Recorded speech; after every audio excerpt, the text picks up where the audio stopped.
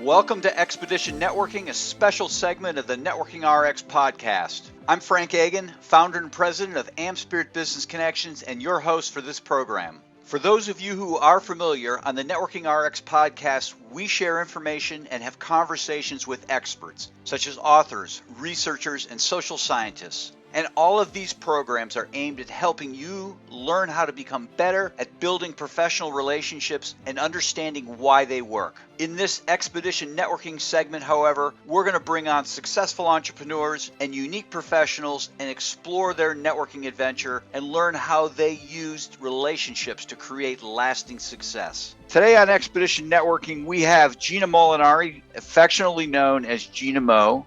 She's a never has been opera singer, as she puts in here, turned confident communication coach, author, and keynote speaker.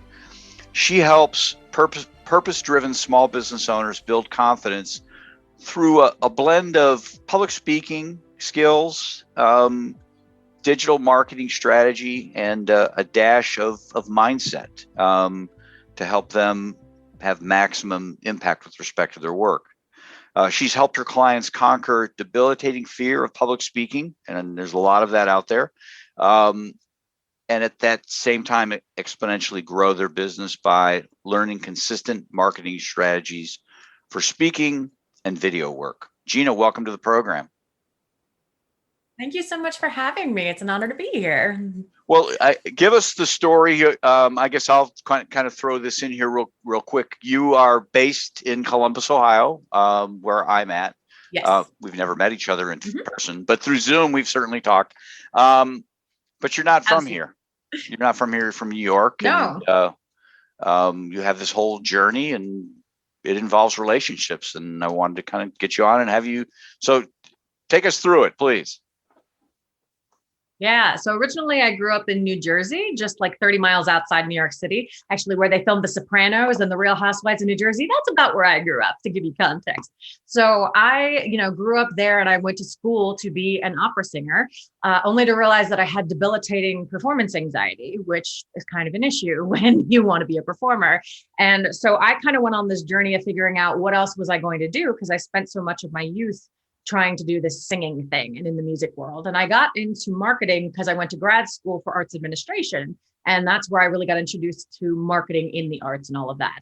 And even through all of that, I was just so lost and lonely. And at that point, I was living in New York City because I went to NYU. And I was just so very lonely despite being surrounded by people. And only after having gone through a leadership training that's based here in Columbus, Ohio, did I realize really that I was somebody who talked to a lot of people. I'm somebody who grew up being a talker, a musician, a bit of a diva. Of course, I have a bubbly personality, but I never really connected with people. There's a difference between talking to people and connecting with people. And it's kind of the similar difference between hearing somebody versus listening to them, right? Like there's truly a difference. So what I realized was that here I was living in New York, pursuing a dream that was no longer mine, and not connecting with people. No wonder I felt so alone. And so at that point, I decided, there's really nothing keeping me in New York. I didn't have a romantic relationship, didn't have any kids, didn't really have a job I was super invested in. My family was there, but I was like not even feeling very close to them at that point. And I said, do over. And so 2 weeks later, I moved to Columbus. And I made it my mission to actually really invest in relationships, because I knew that's what it was going to take for me to actually build a new life here, for things to be different. Otherwise, I'm just running away from my problems in a new place, a lower cost of living. And that's truly what I did. And I was able to reinvent myself, do all that sort of inner work to really take a look at the responsibility that I had in creating a life that I was so miserable in. Why was I so distant from other people? Why was I somebody who kept people at arm's length, even though at the same time I felt so approachable? And in doing that, even just 5 years ago, my life looks completely different. My success, my romantic relationship I've been in, all of these things I was able to create because I chose to invest in relationships, but it was the conscious effort to do so. And I think really allowing myself to dive in fully into that experience by moving somewhere where I knew nobody. I didn't really give myself a choice. Yeah. Well, I do want to say this about moving away from New York. There is probably no place on the planet that you can't get to New York with a direct flight. Yeah. Right? You can't say that about Columbus, Ohio. Columbus, it might be 3-legged journey. Who knows? But so you can get home at any point, an hour trip.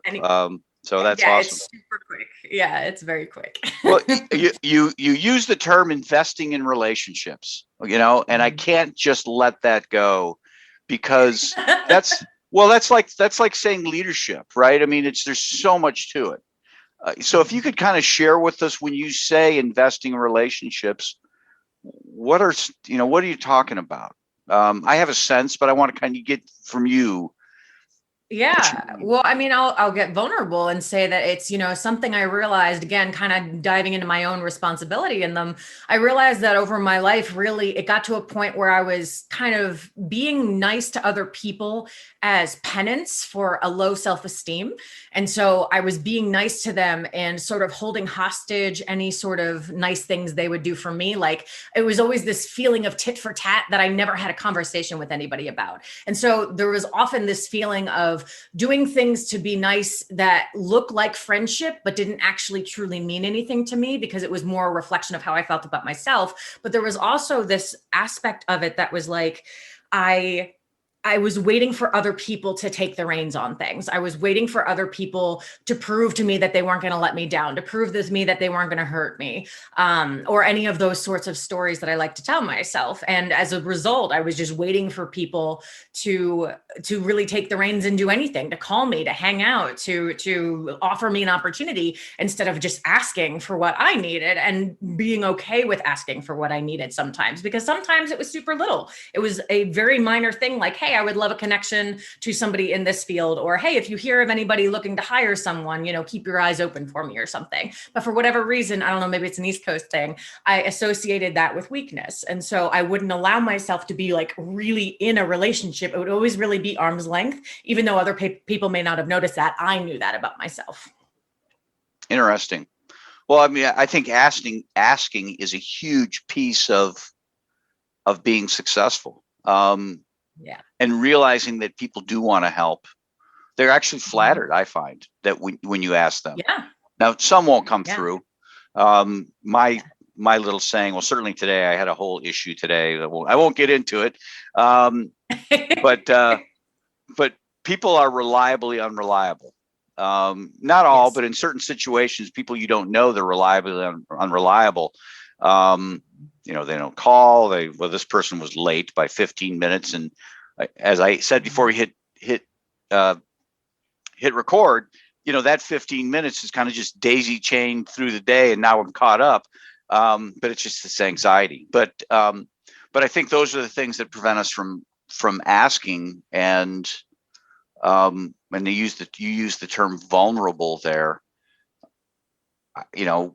When we ask, we do have a sense of vulnerability, I think in two senses. I don't know, maybe you can elaborate. One in admitting that we don't have it all figured out, right? Mm-hmm. I don't have a connection into here. I need a connection into here. And the other vulnerability is having somebody say no. And that's always a hurtful thing. Even if it's just can I use this coupon? It's expired by a day. No, ooh, that hurts. I don't know. Thoughts on that? Yeah, no, it's coming from the world of music, which was already so petrifying for me for one reason. That was another thing I truly feared about it. It was this constant barrage of rejection over and over. And yet now here I am, an entrepreneur where that's the same reality, but now I'm okay with it. And so being okay with asking, for me, I've learned that the worst they can say is no, that I don't have to let that affect me. I don't have to let that actually stop me from doing something. It just means, hey, they're not the person for one reason or another. And being able to see that as just some place to pivot away from, and not necessarily this person is the be all end all of whatever the question is a good thing. It gets you used to that. It builds up your armor, not in a way to like hide yourself like I was doing before, but to actually be able to take it and know that it's okay, that you're going to survive, that there's nothing really wrong with that. And it's funny that you mentioned, other people are like excited to do you favors. There's actually studies that prove that people like you more when they do you a favor because they have a sense of significance. So it's like you're actually kind of robbing them of that opportunity for them to do you a favor and feel good about themselves, because maybe that's what they needed today. You know, how many people you hear that, you know, mentioned they were probably going to go home and kill themselves or something, but they just saw one person smile and that was all it took. Like, you don't know what people are going through. So you're robbing them of that experience to be helpful when maybe that's what they need as well. And it's kind of a two-way street. No, that's a really good point. To what extent do you think, or I guess, to what extent do you think becoming an entrepreneur, because I see you as an opera singer, you know, it's very personal. No, we don't want you. But even as an entrepreneur, no, we don't want to hire you. To what extent, though, is having successes and having other people around you? Because they, you know, and you'll have to share, but when you're an opera singer and you're kind of going it alone and you don't really have that infrastructure of other people around you, now as an entrepreneur, because you've invested in relationships, don't you? I mean, okay, you said no to me, but you know, Bethany's still my friend who introduced us, right? Or this person, or I still have this romantic relationship. You know, to what extent do you think that plays into it? You become more empowered, more of a superhuman being, I guess. I don't know. Does that make sense? Yeah, I mean, I see them as being more similar maybe than you do, because the subjectivity of what somebody wants in a performer, there's the look, there's the actual sound. Like, it doesn't mean that you're a bad singer or performer. It just means you're not what they're looking for. I've been watching a lot of America's Next Top Model recently, so I'll use that as an example. Like a model, like there's plenty of beautiful girls and men and whatever doing this modeling thing, but they have a preference for a certain body type, for a certain, you know, hair type, whatever that looks like. And it's the same of performers in general, actresses, you know, models, whatever that is. And for an entrepreneur, I do think that's the same, because there's thousands of coaches out there. There's thousands of people who do public speaking coaching like I do, but they don't do it the way that I do it. So the way that I do it and the way that I am as a coach just gives it a different flavor. So it's not necessarily that they're turning my work down. It's that they're turning me down because they want a different experience. And again, to see that as something that doesn't make me competitive with somebody else, but it's like, oh, you know what? Maybe this person's a better fit, which is actually then a really good thing for them and me, because then I'm not, you know, like dragging them through the mud of the experience they're trying to have, but didn't vocalize that they actually really want. So I really do see them as more similar, where it's, you know, you still have people who understand the experience of that rejection, people who are saying no, people who are backing out on their agreements with you, but that ultimately it's really not about you. It's about the perception of you. And there's nothing you can do to control that. And you can, this is what I talk about with my work, is like, we can use language to be as neutral and clear as we possibly can, but ultimately we can't control the perception that somebody else has of us. Ultimately, that's their responsibility and we can't do anything about it, but we can do everything in our power to make sure that's as clear as possible. It doesn't get muddied or misconstrued or, you know, offend anybody. But I mean, ultimately that's not my fault, my problem, my responsibility. No, but that's a very good point. You know, you can't control what other people hear. You can only control the message that you give, and try and do a good job of that. Sounds like growing up, you wanted to be this opera singer. That was a dream. Was there something else that, hey, if not this, then that? Oh yeah. I applied to 9 undergrad schools for varying things. Okay. I was kind of waiting for fate to decide. It was like, okay, I'm scared to go into music, because even then I knew I was a wuss.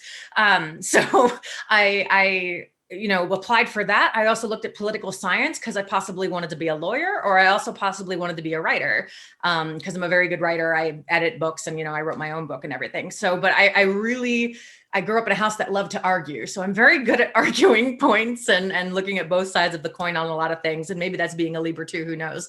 But yeah, those were 2 other things that I was very, very seriously considering. And now seeing where the political landscape has gone, kind of glad I didn't go that direction. Yeah, no, we don't need one more politician in this country. That's for sure. I don't know that I would have been able to handle that either, because I'm just such an ethical, moral person. And to see what it's become, even since I was younger, considering that world, I don't know that I would be able to handle it. I don't know that I would feel like I could have the sort of push and pull and influence that I would really want to have that I do in this space now. I understand. Going back to young Gina Mo in high school, if you could give her some advice, what would it be?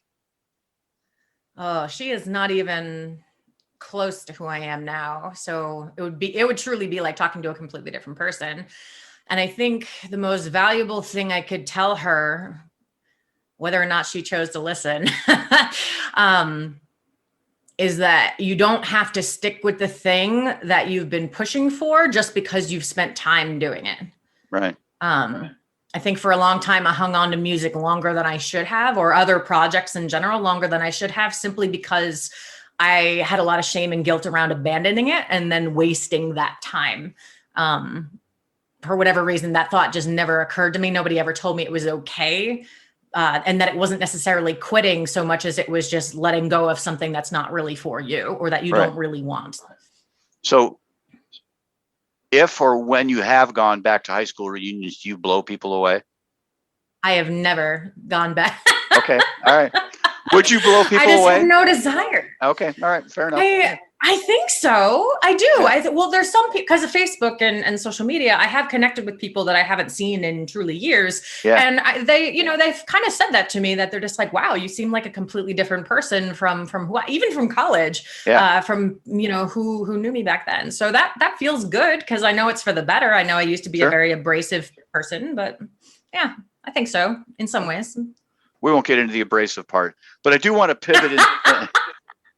That's a Jersey thing. Yeah, there you go. You're a Jersey girl. Yeah. I am. I want to pivot and talk about your business and kind of share, what it's about, how you help people, and how people can get a hold of you. And then, I mean, we have a little time here. I don't need 30 seconds, but just let's talk about what are the things that you do, kind of as this confident communication coach.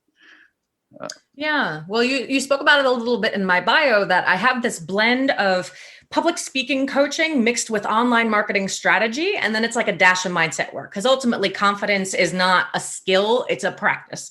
Being able to build that muscle takes mindset work, takes some inside reflection to figure out, why are you kind of coming from where you're coming from, or doing the things or not doing the things. So really, language is my medium to do things to be better in the online space, and using an online persona and, being comfortable being who you are and using best strategy in the online space for you to create really great brand awareness for yourself, to show your credibility, to do so in a way that feels good, but is effective in actually getting your point out there, to get your message out there, your work out there, whatever it is. And, really utilizing tools like video, which is super easy. It's really cost effective, especially for somebody who's maybe just starting out. But people got forced in that position last year. If they hadn't been already, they knew, okay, now I have to go into this digital space because we're quarantined at home.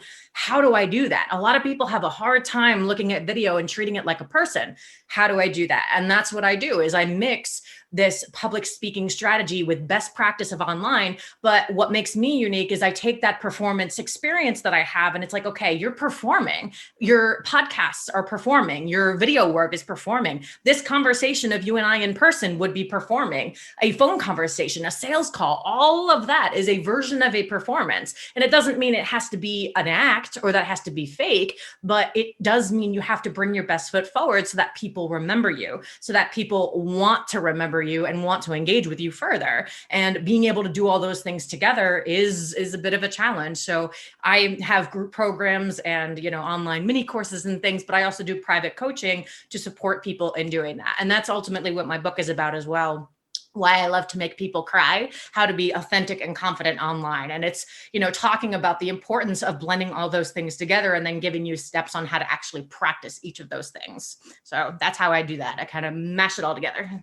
Okay. Well, I guess everybody's different, right? I mean, that's. Yeah. You talked in your bio. And that's the thing is, like, who needs more strategy work versus who needs more of the mindset work versus who, just stutters over their words because they get nervous. I mean, everybody's so different in that space. Yeah. I had a conversation earlier this week with a gentleman, and said, you really you have something unique. You have things to share. You ought to get on a podcast. I would just freeze up. Really? It's like having a conversation. That right? is who you send to me. Yeah. That's exactly who you send to me. Yeah. Somebody who knows better, but doesn't do better because of that fear or because they like to tell themselves that they don't know how. Yeah. Well, it's, when I talk to people, I don't want to steal your thunder, but how do you get up and talk in front of groups? It's like, you're never talking to 500 people. You're talking to like 3 or 4. The people who are really engaged with you, you're kind of talking to them or, to a point in the room, and you kind of ignore people. But not everybody can do that. So I get it. And that's why you're in business. No, but you got to think about it. You think about and you think about people who post a picture of themselves and they have all of these great comments about how pretty they look or, oh, what a great photo. But then there's that one person who says something negative and that's what they latch onto. Yeah. That's what they remember and they obsess over. And it's the same thing in a room where even if somebody's making a face and you feel their negative energy, it's, that's the thing they latch onto and then start to question themselves. And then they're no longer present in the moment. And, then that becomes the thing that unravels them as opposed to learning how to take it as a challenge or to simply ignore them so you can give the most of yourself to the people who do want to hear you. Yeah, that's a good point. Best way to get a hold of you? LinkedIn? I like to be on Facebook most. So Facebook.com/the Gina Mo. I have a private Facebook group specifically for women called Confident Female Entrepreneurs Making an Impact. And my website, ginamolinari.com. You can get my email address there and see all the great stuff that I'm up to. Okay. Well, I appreciate you being on the program. Thank you for having me. I appreciate it. It's great to get to know you. To wrap things up, remember, we're looking for some enterprising business types to join our team as franchisees of AmSpirit Business Connections. Our franchisees work with entrepreneurs, sales representatives, and professionals in their area to help them become more successful through networking and the exchange of quality business referrals in a structured weekly morning meeting. This is a unique franchise opportunity, you see, because these meetings are in the morning. A successful business type or professional can add this franchise opportunity onto what they're already doing. Again, all of our franchisees do something else. For a couple hours in the morning, a few mornings a week, these franchisees work the AmSpirit Business Connections model. The rest of the time, they're attorneys, accountants, realtors, coaches, and consultants of various kinds. The wonderful thing is that not only do our franchisees realize a financial gain from operating the AmSpirit Business Connections model, but the business networks that they build and develop become a great source of referrals for their primary business as well. Perhaps you know someone, perhaps you are that someone. Whatever the case, to learn more about the AmSpirit Business Connections franchise opportunity, please contact me using the email in the show notes or the one we provide at the end of this program.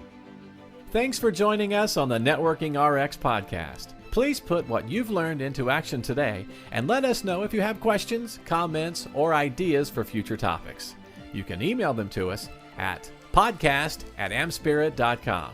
That's AmSpirit.com. Finally, so you never miss an episode, be sure to subscribe to the Networking RX podcast through iTunes, Overcast, or however you receive your podcasts. Now get out and network with someone. The Networking RX podcast is the copyright production of AmSpirit Business Connection. All rights reserved.